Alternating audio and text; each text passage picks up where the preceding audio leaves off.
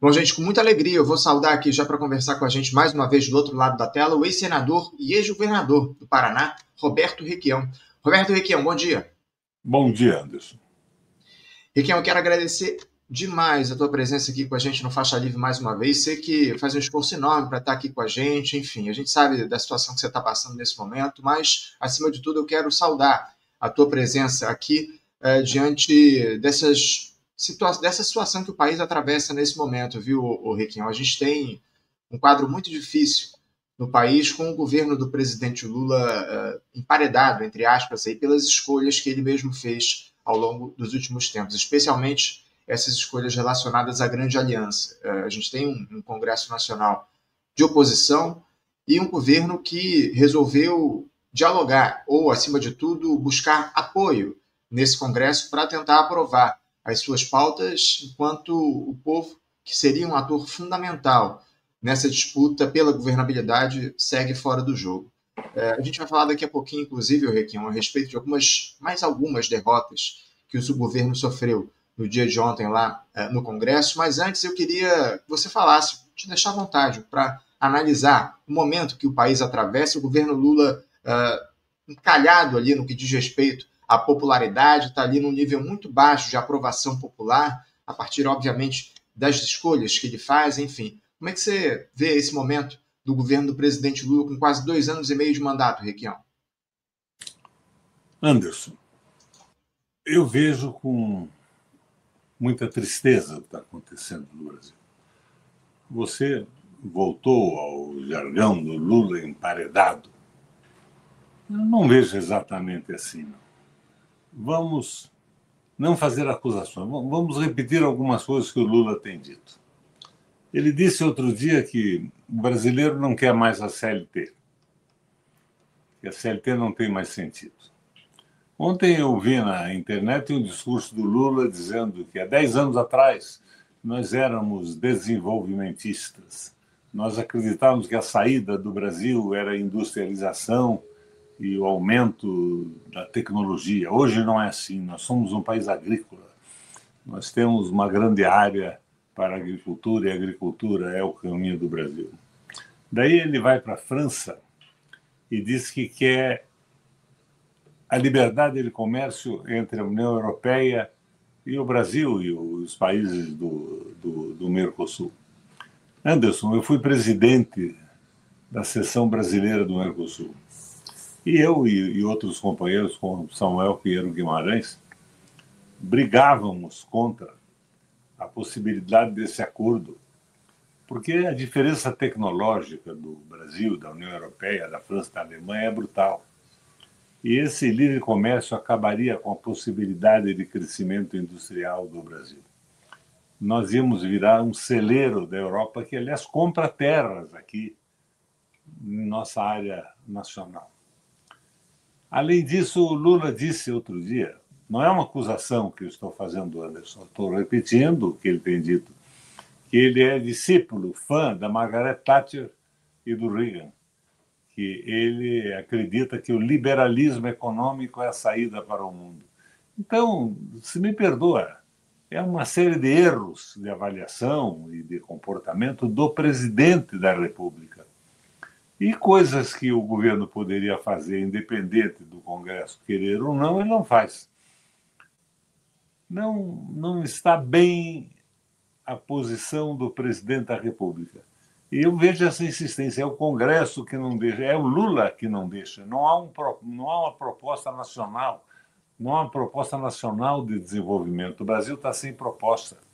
E o Congresso sem proposta faz com que cada parlamentar se preocupe, basicamente, com a sua reeleição. Daí vem aquela história da emenda impositiva e tudo isso. Vou repetir aqui, eu era senador. Colocaram em pauta a emenda impositiva. Por que a emenda impositiva, Anderson? Porque o governo federal só liberava emenda para os seus apaniguados. Não era nem do PT, eram pessoas ligadas à estrutura do governo. Então, os parlamentares disseram que a emenda tem que ser impositiva, senão nós estaremos escravizados na mão do governo para sempre. E depois disso veio o Bolsonaro comprando o governo com as emendas impositivas de valores rigorosamente absurdos. Mas isso tudo tem uma origem. A origem é esta, não é outra. Então, eu vejo que o Lula está fazendo o que ele quer. Eu achei maravilhosa a viagem dele à França. Foi lá dizer que quer dar o Brasil de presente para a União Europeia. Depois tirou uma fotografia linda, ele com o Macron e a Macroa e a Janja, à meia-noite na frente da Tour Eiffel. Bonita fotografia para um álbum de lua de mel. Não é exatamente o que eu esperava da atitude de um presidente brasileiro na França. Inclusive, Requião, eu vou aproveitar que daqui a pouquinho a gente vai mostrar uma outra fotografia que o Lula fez no dia de ontem. Para quem não sabe, Lula está lá no Canadá, participando do encontro do G7. Na verdade, deve estar voltando, né? Porque ontem a gente teve o encerramento desse encontro. Lula fez uma foto que me pareceu muito simbólica. Daqui a pouquinho eu vou trazê-la aqui para a gente analisar, para além dessa que você citou aí, do Lula com o Macron lá na França. Aliás, o Macron parece que é o grande parceiro do Lula nesse momento. Daqui a pouquinho a gente vai falar um pouco sobre política internacional. Agora, Requião, eu queria que você... Um pouco mais, para terminar o que eu estava expondo. Sim, à vontade.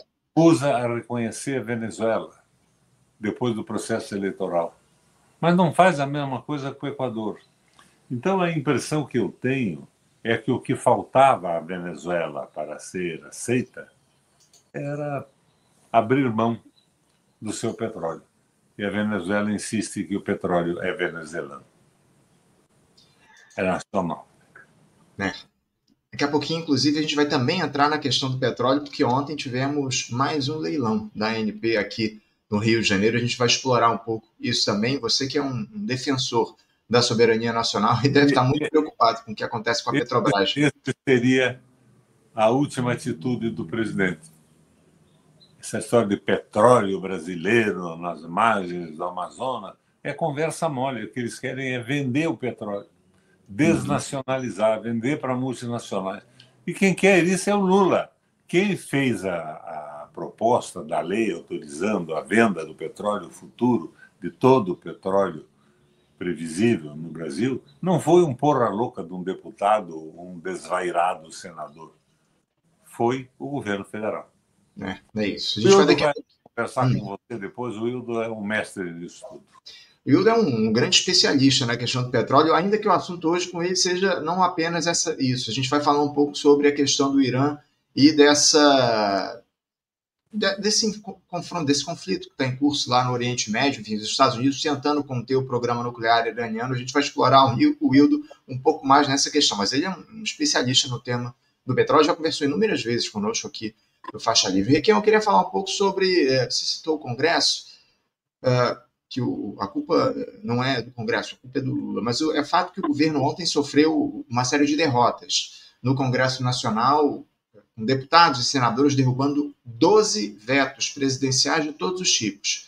Um desses vetos, que deve ter um impacto de 197 bilhões de reais e encarecer a conta de energia elétrica aqui no nosso país em 3,5%. O veto relacionado ao setor energético foi derrubado pelo Congresso, deve trazer problemas para o Lula. Um outro, Requião, que garante pensão vitalícia a crianças vítimas do Zika vírus, que tem microcefalia. O governo havia vetado essa iniciativa e o Congresso derrubou, mantendo a pensão vitalícia para essas crianças com microcefalia. O fato, Requião, é que o governo vem dando mostras consecutivas de que tem uma base absolutamente volátil na Câmara e no Senado, mesmo entregando cargos e emendas aos parlamentares. Aliás, deve haver mais uma liberação de emenda, aí o governo está negociando pelo menos mais 2 bilhões de reais em liberação de emendas ao longo dos próximos dias. Esse seria, inclusive, um dos motivos pelos quais o Congresso está arredio, digamos assim, ao governo nesse momento. O principal articulador político desse governo, Requião, é nada mais nada menos que Davi Alcolumbre, presidente do Senado filiado à União Brasil. Lula vive elogiando o Hugo Mota, presidente da Câmara, que dá seguidas amostras de que não tem qualquer tipo de compromisso com a classe trabalhadora, com o país, enfim. Aliás, por incrível que possa parecer, o Congresso algumas vezes adota posições à esquerda do governo, nesse fiscalismo insano que é defendido pelo Fernando Haddad. Eu queria uma análise tua, Requião, a respeito dessas derrotas que o governo vem sofrendo no Congresso à luz do projeto que está em curso no país. Como é que você avalia essa relação entre governo e Congresso nesse momento? Eu acho que é perfeita. O governo é um governo liberal e o Congresso, sem um projeto nacional, está agindo conforme as intenções do governo. Você veja, a Petrobras, o petróleo é nosso, temos que explorar as margens da Amazonas. Daí o governo vem e inicia um leilão futuro do petróleo encontrável. É um absurdo total. Eu levantei da outra vez aqui com você a questão dos royalties, que são considerados custo de produção, contra uma emenda constitucional do Pedro Simão na lei do pré-sal. Não houve nenhuma atenção, não vi nenhum membro do governo falar sobre isso. Eu mandei para o Lula, mandei para a Gleisi, mandei para o Lindbergh. Eles estão de boca chiusa, boca fechada a respeito disso. E a imprensa, o espaço que nós temos para conversar é esse aqui, Anderson. Não tem outro. Não tem. Infelizmente, Requião, o espaço que há para diálogo na grande imprensa não existe. Só esses nossos canais alternativos que oferecem um diálogo e um debate mais amplo a respeito do que acontece no país. Eu tenho tentado, você citou o nome do deputado Lindbergh Faria, seu amigo de longa data, eu tenho tentado conversar com o Lindbergh aqui no programa há anos e ele nega sempre fazer o papo aqui comigo no nosso programa. Você tem conseguido interlocução com ele, Requião? Nenhuma. Nunca mais ouvi falar nesses velhos companheiros. É uma pena. Eu me lembro, inclusive, Requião, uma situação, uma ocasião que eu tinha um blog na Carta Capital, um blog há muitos anos, há quase 10 anos, eu tinha um blog de sátira política na Carta, e eu fiz uma entrevista com o Lindbergh, na época ele ainda era senador da República, lá no gabinete dele, no centro do Rio de Janeiro. Eu lembro que uma longa entrevista que a gente fez ali naquele momento pós-impeachment, enfim, eu lembro que em um determinado momento da entrevista você ligou para ele, vocês ficaram batendo papo um tempão e eu ali aguardando para continuar a entrevista com o Lindbergh. Enfim, a tua relação com ele é de longa data e me surpreende o fato de ele, nesse momento, não dialogar nem com você e nem com os canais que fazem a disputa, que fazem um diálogo amplo a respeito do que está em curso, um diálogo sincero e honesto sobre o que acontece no país nesse momento. Eu estou sentindo falta dessa dita ala esquerda do governo, que até tempos atrás ainda era um pouco mais combativa e nesse momento parece que atendeu completamente aos mandos e desmandos desse governo que, infelizmente, como você trouxe aqui para a gente, deixou claro, é um governo neoliberal, pelo menos na minha avaliação. Agora, o presidente Lula me surpreende uma postura do Lula que eu queria que você analisasse também. O Lula anda dizendo que o governo deveria cortar os benefícios fiscais a determinados setores no nosso país. Já esses benefícios já ultrapassam aí os 800 bilhões de reais. Ao invés de se restringir o investimento público, o Lula cobra a redução desses subsídios. Eu queria que você falasse um pouco sobre isso. Por que o Lula, o Requião, ele não toma uma iniciativa mais efetiva ao invés de só falar, ao invés de só fazer, praticar, ao invés de colocar isso no discurso, por que ele não pratica? Por que ele não corta esses subsídios, esses benefícios fiscais que são oferecidos hoje ao grande capital e que são um problema importante para o país? O Lula tem um discurso bonito, mas a prática dele nada a ver com o discurso. O discurso está certo, mas ele não faz nada a respeito disso. Rigorosamente nada. Agora, quando você vê a Gleisi, o Lindbergh defendendo a alta da Selic, dizendo que agora o Galípolo está certo, não é possível, né, Anderson? Realmente não é possível. Acabou essa visão desenvolvimentista, progressista no Brasil. Entraram dentro desse pacote liberal do Lula. Não querem mais CLT, são todos discípulos da Margaret Thatcher e do Reagan. É o fim do mundo. Não tem sentido algum. E esse último leilão desmoralizou completamente essa história de petróleo na Amazônia. Não é petróleo para o Brasil, é petróleo para pagar essa dívida pública, esse absurdo todo que a gente está vendo. Vamos ver se tem uma solução. Não sei se tem. Agora você pergunta, isso derruba o prestígio? Tudo? Claro que derruba. Eu sou um barômetro disso tudo. Você imagina a minha decepção com esse governo que eu apoiei de cabeça, joguei a minha carreira política, o PT desmoralizado no Paraná, eu entrei para tentar melhorar a posição do Lula e do PT, e consegui, fizemos mais deputados estaduais, federais. De repente eu vejo esse absurdo na prática do governo, e a conversa mole do discurso, um discursozinho aqui, mas no meio, entremeando esse discurso, tem a história. O brasileiro não quer mais CLT, eu sou discípulo da Thatcher e do Reagan, eu acho que nós somos um país agrícola, não temos que nos incomodar mais com a indústria e com a produção industrial e a tecnologia. É o fim da picada, é triste. Olha, Anderson, me desculpa um pouco esse meu desânimo hoje. É meio por conta de uma herpes zoster que está me causando uma dor incrível no peito e nas costas. Mas termino com você. Rapaz, tá. A gente até estava conversando ainda há pouco a respeito disso, sobre essa situação que você vem passando. A gente já está tentando esse diálogo contigo há algum tempo, mas essa questão da herpes está te trazendo muitas dores. Eu até mais uma vez agradeço aqui, o Requião, você está com a gente, esse esforço para bater um papo conosco no Faixa Livre. Esse desânimo, obviamente, está relacionado ao problema que você vem sofrendo, mas, acima de tudo, a situação que o país atravessa nesse momento. Eu queria aproveitar que você citou, o Requião, como é que é a relação do governo Lula com a política aí no Paraná? Você falou, já vem falando ao longo dos últimos tempos aqui no nosso programa, de um diálogo do governo com o Ratinho Júnior, que é o governador do estado. Como é que anda hoje essa relação do Lula com o governo do Paraná? Eu fui governador do Paraná 3 vezes. Eu fui o senador mais votado do Brasil. Na época, o segundo foi Antônio Carlos Magalhães. O meu governo foi um governo nacionalista e popular. Nada de populista. Eu baixei impostos, eu baixei o preço da energia, eu baixei o preço da água e do sistema da Sanepar, de água e esgoto, num momento de grande dificuldade para os brasileiros. Eu, dessa forma, fui responsável por um crescimento do Paraná num momento em que o Brasil inteiro regredia naquela onda neoliberal. Mas o governo Lula fez uma aliança com o PSD, com o Rato. E, segundo me informaram alguns empresários que participaram da reunião em São Paulo, um dos condicionantes dessa aliança era o seguinte: o Requião tem que ficar de lado. Deixa o Requião fora disso, senão não tem aliança. Mas não é o Requião, não é a pessoa do Requião.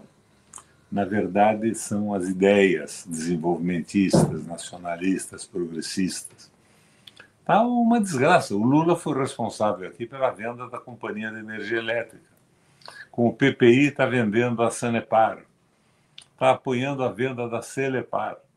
Vendeu o Porto de Paranaguá para Cargill, uma empresa de capital fechado norte-americana, de 2 famílias. Então é um absurdo total. E o PT do Paraná cala a boca. Apoia tudo isso, quando não com o seu silêncio. Então nós estamos vivendo isso. Agora você quer que isso resulte em crescimento da popularidade do Lula? De minha parte, não. Eu estou decepcionado.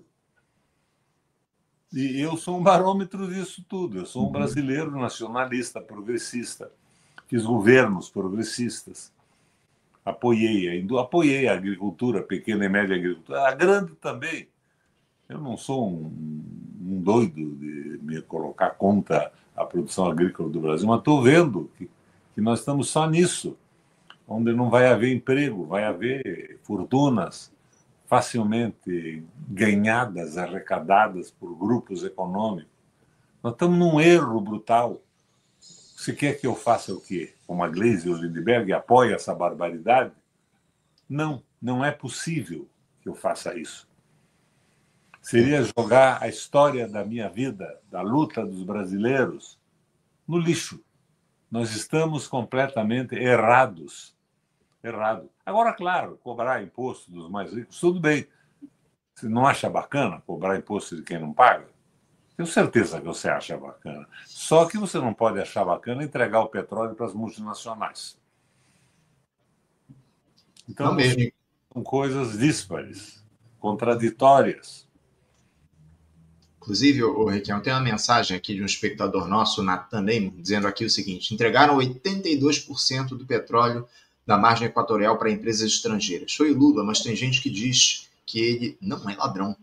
Nathan, a grande questão são as escolhas que são feitas, viu, Nathan? Acho que não diz respeito sobre ser ou não ladrão, não tem nada a ver com isso. É o que diz respeito, isso diz respeito às escolhas que são feitas pelo governo de favorecimento do grande capital. É isso que está em jogo, isso que está em curso. Não se coloca em questão a luta, a disputa no que diz respeito à soberania nacional. O Lula, acima de tudo, ele parece que não tem uma visão mais estratégica a respeito da importância da Petrobras. Você acha que o Lula hoje, Requião, ele entende o que representa ou o que deveria representar a Petrobras diante de um projeto de desenvolvimento nacional?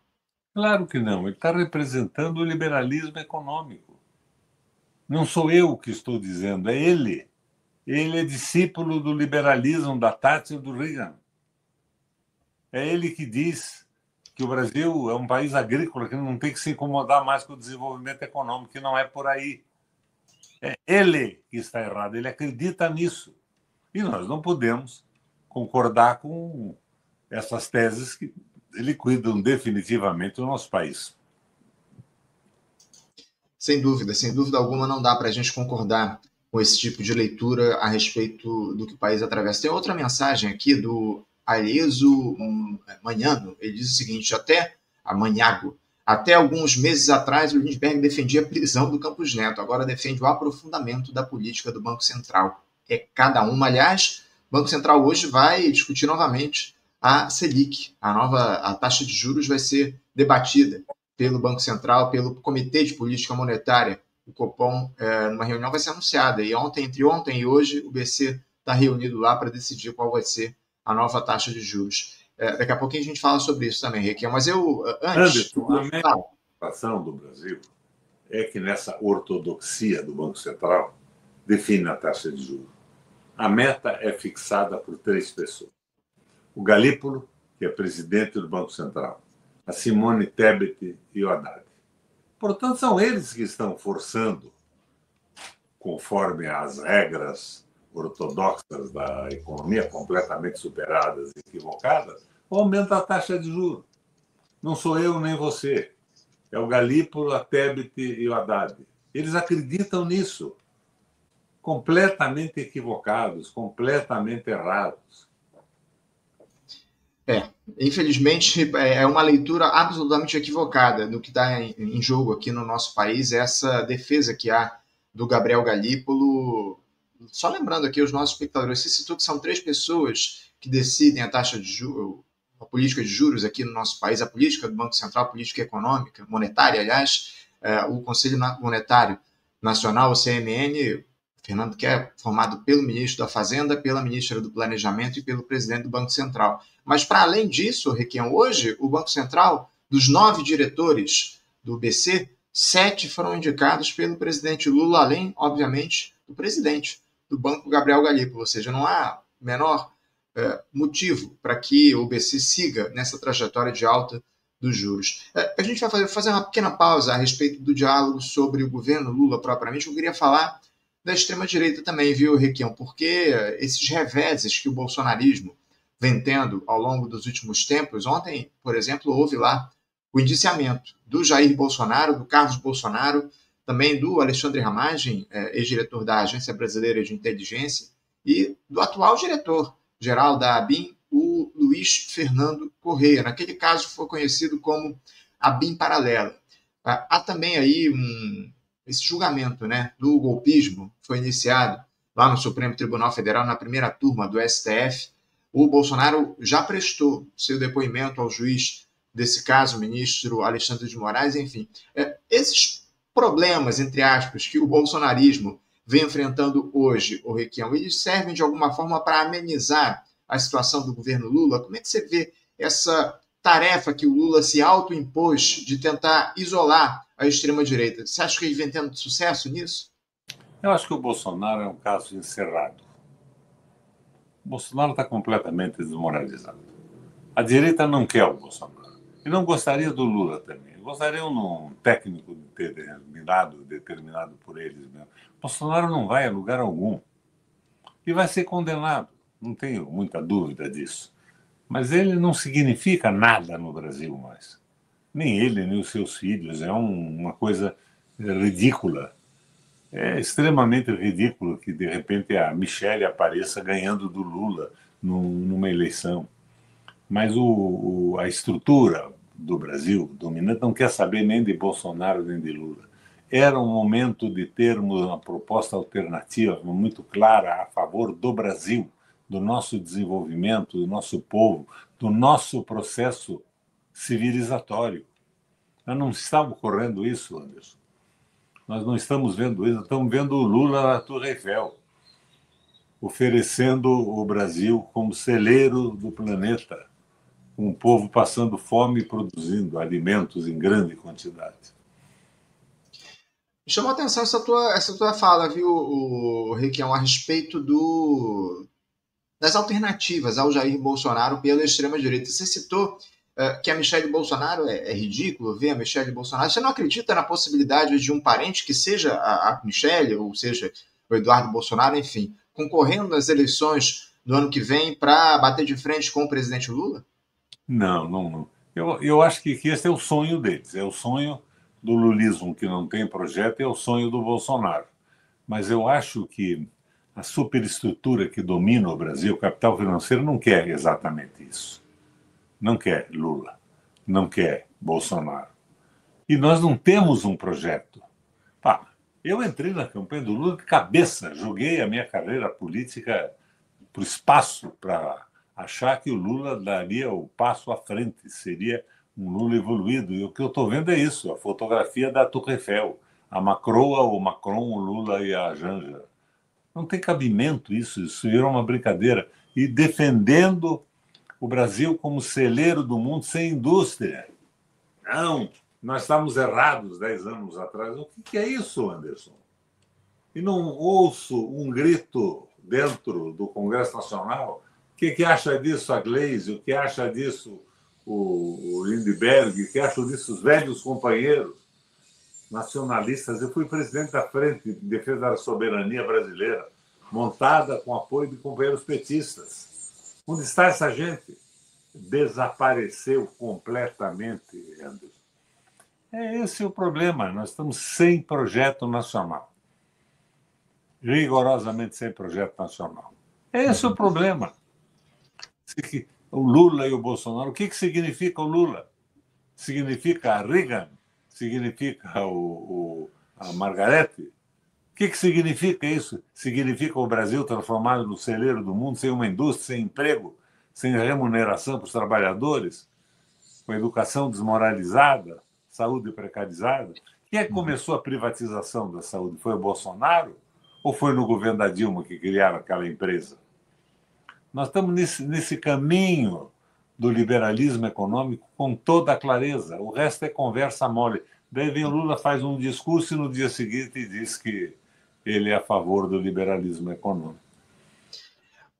Requião, eu tratei justamente disso que você citou ainda há pouco aqui no programa essa semana, que diz respeito ao fato de o presidente Lula ele não ter um projeto nacional e, acima de tudo, ele ter o Jair Bolsonaro e o bolsonarismo como uma espécie de muleta para ele tentar reproduzir o seu mandato aqui no nosso país. Você considera isso, não deixando de lado aí que representa a extrema-direita nesse momento histórico, não só no país, mas no mundo, mas essa polarização, entre aspas, que o próprio Lula, de alguma forma, alimenta, isso não serve para que esse projeto defendido por ele, de alguma forma, se reproduza justamente para evitar a extrema-direita? O Bolsonaro é a porra louquice, não é a extrema-direita. Ele é irracional. E o Lula quer essa contraposição porque não tem proposta alguma para o Brasil. Não sou eu que estou dizendo que ele não tem proposta, é ele que está dizendo que ele é liberal, que o Brasil tem que ser o celeiro do mundo. Foi ele que fez o leilão agora da região amazônica. O Brasil precisa do petróleo da amazônica, o petróleo é nosso. Petrobras está vendida em 64% para o capital financeiro. Grande parte disso, o capital financeiro internacional. Quem foi que vendeu? Fui eu, Anderson? Foi você? Não. Foi o Fernando Henrique e o Lula. Então, é esta a posição dele. O discurso é um discurso para conseguir votos progressistas no Brasil, mas a prática é a prática do liberalismo econômico, do fim de um projeto nacional. Uhum. Riquelme, eu quero até pedir aqui para os nossos espectadores, mandem aqui perguntas, façam como a Kátia. A Kátia mandou aqui um super sticker dela. Obrigado, viu, Kátia, pelo teu apoio aqui ao Faixa Livre. Mandem aqui seu superchat com perguntas aqui para o nosso papo com o senador Roberto Requião. Requião, eu queria trazer, ainda falando sobre o bolsonarismo, a extrema-direita, enfim, me chamou muita atenção, não sei se você viu, uma declaração do Flávio Bolsonaro, senador filho do ex-capitão, à Folha de São Paulo, no final de semana, dizendo que a condição para a família Bolsonaro apoiar um candidato à presidência da República no ano que vem, caso o ex-capitão, caso o Bolsonaro esteja de fato inelegível, não possa concorrer, é que esse candidato se comprometa em indultar o Jair Bolsonaro pela condenação por tentativa de golpe que deve sair aí ao longo dos próximos meses lá no Supremo Tribunal Federal. Eu vi muito pouca repercussão na grande imprensa a respeito dessa declaração do Flávio Bolsonaro. Porque isso acabou não virando um tema de discussão. A grande imprensa não está interessada no Bolsonaro. Agora, Anderson, você entra e sai do ar aqui no meu computador. Um momento você sai por um tempo razoável. É estranho isso. Estranho. Vamos ver se a gente consegue resolver essa instabilidade aqui da conexão. Mas você chegou a ouvir aí o meu questionamento a respeito dessa situação envolvendo a fala do Flávio Bolsonaro, né, que ele disse lá para a Folha de São Paulo, enfim. É o que eles querem. Eles querem o perdão, o indulto. Eles não têm proposta alguma. São uns poras loucas. O padrão de inteligência é aquele menino que é vereador lá em Camboriú. Mamma mia, Deus Nossa Senhora. Que barbaridade que é o guri. É o filho do Bolsonaro.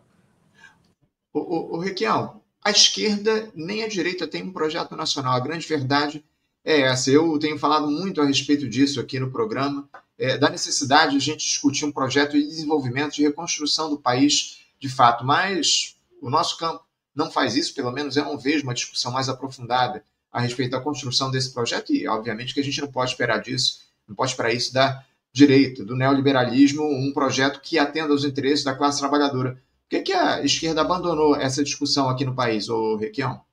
Não, vamos perguntar isso para os representantes da esquerda no PT. Para o Lindbergh, para a Gleisi, por que abandonaram? Por que são a favor agora dos objetivos do liberalismo econômico, da alta de juros e tudo isso? É uma tentativa desesperada de ficar no poder, de ter o apoio do capital financeiro. Nós precisamos ter uma proposta nacional. Precisamos ter uma proposta nacional. Quem ainda faz alguma tentativa de proposta é o Ciro, mas, paralelamente a isso, diz algumas bobagens terríveis a cada momento. Né? Aliás, o Requião, eu queria até citar essa situação envolvendo o Ciro Gomes. Você citou esse personagem. A gente teve aí recentemente, a gente não falou sobre isso, aquele episódio envolvendo a fraudes lá do INSS, que teve um envolvimento ali, pelo menos nas investigações estão colocadas, de figuras do PDT. O ex-ministro Carlos Lupe, ex-ministro da Previdência Social, acabou deixando o cargo, enfim. Como é que se avalia esse escândalo, essa situação envolvendo o INSS e outra? Você estava num diálogo muito próximo com o PDT para, de repente, se filiar ao partido, enfim. Como é que anda esse diálogo e se esse episódio, esse caso do INSS influenciou alguma coisa nessa sua discussão com o PDT? O problema do INSS é estrutural, é antigo, são os funcionários concursados. Tem muito a ver com o PDT. Claro, deve ter um ou outro malandro de todos os partidos políticos, mas não é o PDT. A minha conversa continua com o PDT, estou conversando. Mas o PDT do Paraná tem uma estruturação que está levando o partido a uma miséria eleitoral e tudo mais, mas estão apegados a isso. Não é uma coisa muito fácil. Mas continuamos, sem sombra de dúvidas, estamos conversando sobre isso. Uhum, entendo, entendo. Caso, obviamente, você venha a fechar aí essa sua filiação com o partido, com o PDT, quais seriam os seus interesses nessa filiação? Você pensa em se candidatar novamente a um cargo no executivo, de repente ao governo do Paraná novamente, ou até, quem sabe, uma presidência da República, uma vice do Ciro Gomes, Não, enfim. não. Eu já fui governador 3 vezes. Eu fui senador 2 vezes. Eu fui prefeito de Curitiba. Minha participação política eleitoral está completa. Eu queria ver o Brasil mudar. Eu quero um programa para o Brasil, não é um programa para mim. Eu tenho 84 anos de idade, com lucidez absoluta. Estou vendo com transparência o que está acontecendo no Brasil, a desgraça das propostas, a participação terrível do PT hoje a favor do liberalismo econômico, a covardia de antigos líderes que, em nome de carguinhos, provavelmente, abandonaram todas as posições de suas vidas. Eu quero uma proposta nacional. Isso que é fundamental para mim. Não estou tentando resolver o problema da minha vida aos 84 anos. Agora, a coisa é complicada. Você sabe que quando eu era governador, houve um desvio de comportamento e de verbas no Pará. Foi o primeiro governo. 3 funcionários passaram a forjar viagens extraordinárias e ganhar salários de viagens que não fizeram. 2 deles estavam fazendo um curso de Direito em São Paulo. Aproveitavam isso para ir para São Paulo, financiar a viagem, hotel e tudo mais. E o outro transformava isso em passagens para os Estados Unidos e ia para os Estados Unidos. Tem mais de 30 anos isso. Esta semana me disseram que eu fui condenado. O responsável era o governador. Então, que eu estou condenado a pagar 10 salários de governador e a responsabilidade é minha. Não tem pé nem cabeça isso. Então, você passa a assumir uma posição bacana, vem a resposta, inclusive via judiciário. É uma coisa horrível. Mas não vamos frouxar por isso, né? Mas é um absurdo rigoroso, rigoroso. Tanto que, na primeira instância, quando fizeram a denúncia, o juiz arquivou, não tinha sentido nenhum. Daí conseguiram condenações nos tribunais superiores. É o fim do mundo. É claro que isso acaba com a minha precária situação econômica na vida, mas é assim que funciona o Brasil. Que absurdo, que absurdo. Esse caso já está julgado? Já foi encerrado, ou Requião? Ou você ainda Eu nem sabia desse caso, eu pensei que tinha terminado na primeira instância. Mas ontem um advogado me telefonou e disse: olha, tem condenação no tribunal, não sei o quê, 4-0. Não é possível isso, Anderson. É uma vergonha. Inacreditável. Uma vergonha. Os caras fazendo curso de direito em São Paulo, o governador era responsável. O outro indo para os Estados Unidos, mas tudo isso documentado. O Paraná inteiro sabe como é que foi isso há mais de 30 anos atrás. Que coisa. Está falando de novo, está falando na soberania, está falando no Brasil com um projeto nacional, vem aí esse tipo de condenação. É um horror. É um horror. É um horror. Entrando e saindo, Anderson.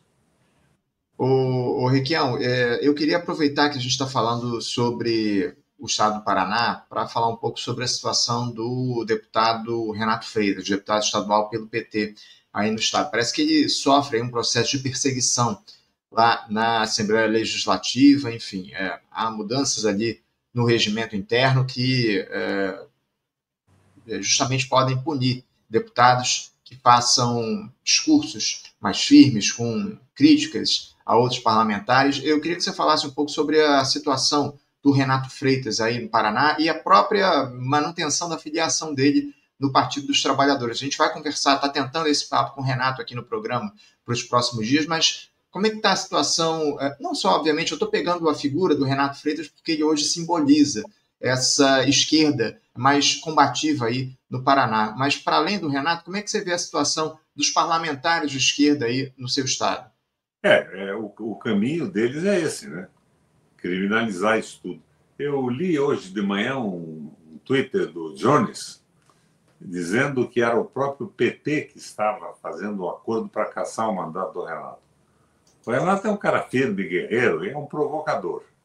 Então, ele está nessa situação. Eu sou um adepto da posição dele. Eu acho que tem que ser provocador mesmo, tem que botar a boca no trombone. Uhum. Mas também não acho que a tribuna do parlamento deva ser o espaço para dizer desaforo, palavrão e tudo mais. Claro. Modus rebus, moderação na coisa, mas firmeza nas acusações. Sem dúvida, fazer o bom combate, acima de tudo, usar esses espaços da institucionalidade do parlamento para fazer a crítica, a denúncia a respeito do que está em curso no país, especialmente aí no Paraná. Riquelme, eu tenho perguntas aqui chegando. Eu apoio o Renato. Sim, sem dúvida, não tenho dúvida nenhuma disso. A gente apoia o Renato, a gente está ao lado dele nessa disputa que está colocada aí. Vamos tentar fazer o diálogo com ele ao longo dos próximos dias aqui no programa. Eu tenho uma pergunta aqui do Alan Cláudio para você, ô Riquelme. É uma pergunta... Não é nada fácil, mas ele pergunta aqui o seguinte: bom dia, Requião. Qual seria a saída para o Brasil sair desse sequestro da política pelo capital, de um governo que massacra o seu povo, de uma polarização que só os favorece? Como sair do mais do mesmo? Pergunta do Alan. Projeto nacional. Projeto de Brasil, com clareza. E somarmos em cima desse projeto. A política está sórdida, está subordinada ao capital. Capital financeiro elege bancadas.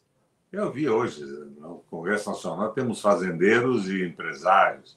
A representação ideológica partidária praticamente não existe mais, mas precisa haver.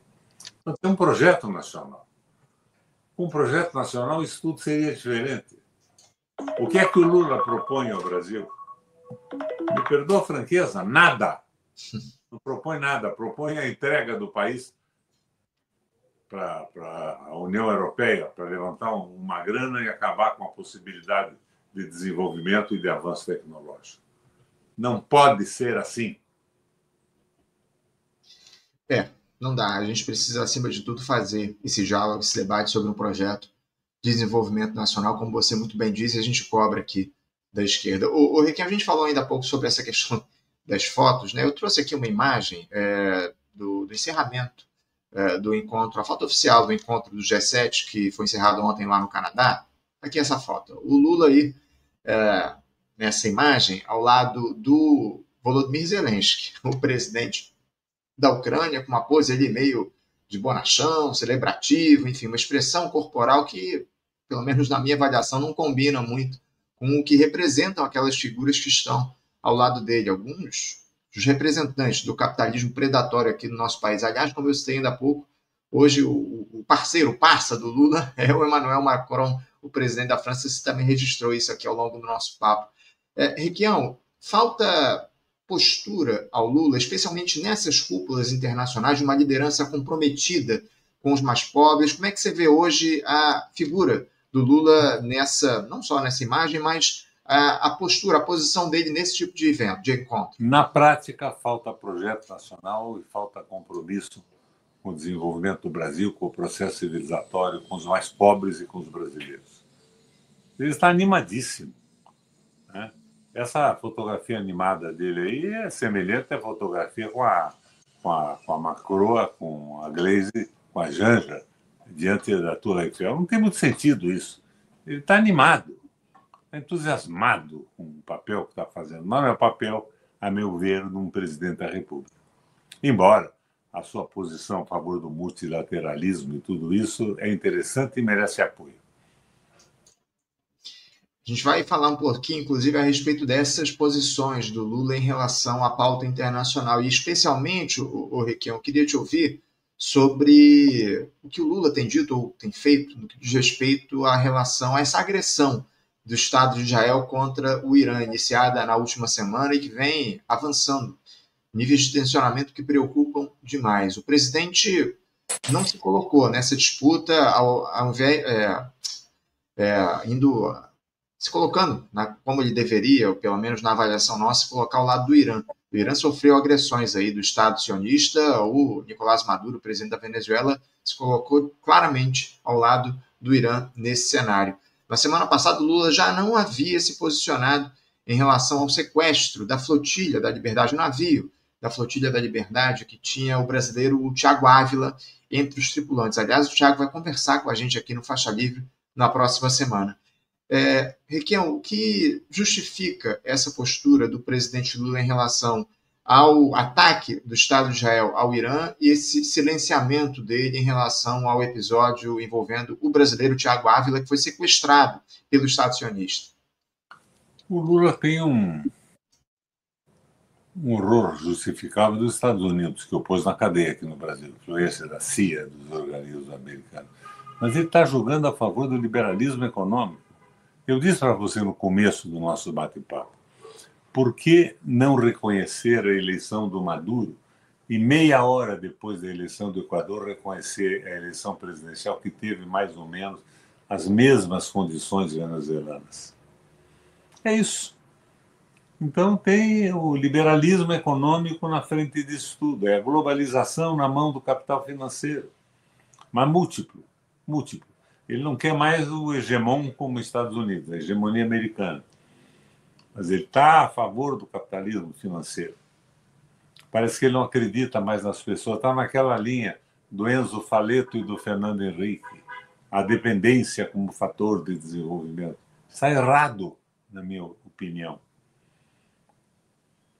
Está errado, né, Requião? Infelizmente, a postura do presidente Lula está absolutamente errada no que diz respeito a essa situação envolvendo lá as eleições na Venezuela. Depois, esse reconhecimento da vitória do Noboa lá no Equador, a gente trata disso aqui.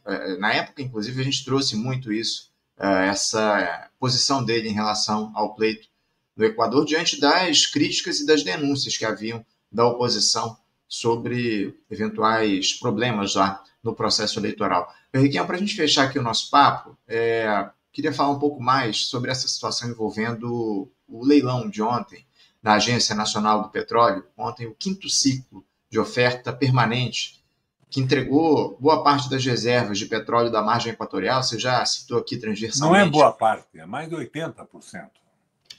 É justamente isso. A Chevron, que é em um consórcio com a empresa CNPC, arrematou 53,1% dos blocos licitados, enquanto a Petrobras, na condição de consorciada com a Exxon, arrematou 46,9%, mas sendo operadora de apenas 18,8% desses blocos. Lembrando que a Petrobras foi quem lutou para a concessão das licenças ambientais para prospectar na Foz do Amazonas. Requião, a gente já falou aqui, você é um defensor ferrenho da Petrobras, de um projeto de soberania nacional. Como é que você avalia mais esse leilão da ANP no governo Lula em um cenário de perda de protagonismo da maior empresa do nosso país? A Petrobras tinha que ser nacional, integralmente nacional. Hoje ela é 64% privatizada pelas mãos do Fernando Henrique e do Lula. Lula e o Gabrielli, lembra? Então isso realmente não tem sentido. Isso mostra que essa propaganda, o petróleo é nosso, vamos defender o Brasil, não querem deixar explorar o petróleo na margem do Amazonas, não é legítima. É uma falsidade, é uma estrepulia do governo. Ele está entregando o petróleo, entregando o Brasil inteiro. Agora, você notou que não teve repercussão alguma na grande imprensa, esse leilão e essas vendas? A Globo não deu isso, as televisões não deram, os grandes jornais não falaram nisso. É o silêncio em torno disso. A entrega do Brasil. Falta um projeto nacional. Brasil para quem? Brasil para o quê? Brasil para quem? É a pergunta que fica, viu, Requião? Você observou algo que eu também acompanhei ao longo dessas últimas horas. Não houve qualquer tipo de repercussão mais intensa na grande imprensa sobre esse leilão aí que entregou boa parte das reservas lá da margem equatorial para empresas estrangeiras. A Petrobras, como eu sei aqui, ficou só com 18,8% do controle dessas reservas. Um negócio inacreditável. Anderson insistentemente fala na Petrobras como se fosse uma empresa brasileira. 64% privada. O que você acha disso? Eu acho que isso diz muito, né, Requião, a respeito do que representa a Petrobras para as lideranças políticas aqui do nosso país. O Lula, ao invés de trabalhar justamente pela recuperação da empresa, pela retomada das ações da Mas, Anderson, Petrobras. foi ele que vendeu. Como é que ele vai trabalhar pela retomada? Ele e o Fernando Henrique. Que retomada é possível para ele? Não trabalha, né? Nem pela Petrobras, nem pela Eletrobras. A gente tem falado muito sobre o papel da Eletrobras nesse momento que o planeta atravessa de transição energética, a própria Petrobras, obviamente, mas... É isso, então, numa situação sem plano de governo, sem plano global de governo, e eles querem essa brincadeira, Lula ou Bolsonaro? Ou é a fotografia na frente da Torre Eiffel, ou é o Bolsonaro dizendo asneiras no Brasil? Triste a situação. Eu não queria que fosse assim. Eu queria outro Lula, outra postura de presidente. Para isso, eu trabalhei na campanha dele. É isso. Riquelme, eu quero agradecer muito a tua presença aqui mais uma vez com a gente no Faixa Livre. Eu quero novamente registrar aqui teu esforço para estar aqui com a gente. Você está enfrentando um momento difícil, essa questão da herpes zoster te afetando enormemente. Muito obrigado por você reconhecer aqui o nosso trabalho e estar com a gente para fazer esse diálogo no Faixa Livre. Eu desejo melhores para você, que você rapidamente se recupere para que a gente possa voltar a conversar aqui, você numa situação melhor e que a gente espera que o país também esteja no melhor momento. Muito obrigado pela tua presença aqui, pelo respeito ao Faixa Livre e melhoras para ti, viu, Requião? Eu aqui agradeço, André. Agora eu saio daqui, desse estúdio na garagem da minha casa e vou para a cama, porque a dor que eu estou sentindo é brutal. Se vacinem contra essa tal de herpes zoster. 80% dos brasileiros têm o vírus. Se vacine, porque a situação é terrível. Um abração, meu Deus. Obrigado, Requião. Melhoras. Um grande abraço para você. Até a próxima. Conversamos aqui com Roberto Requião, ex-governador e senador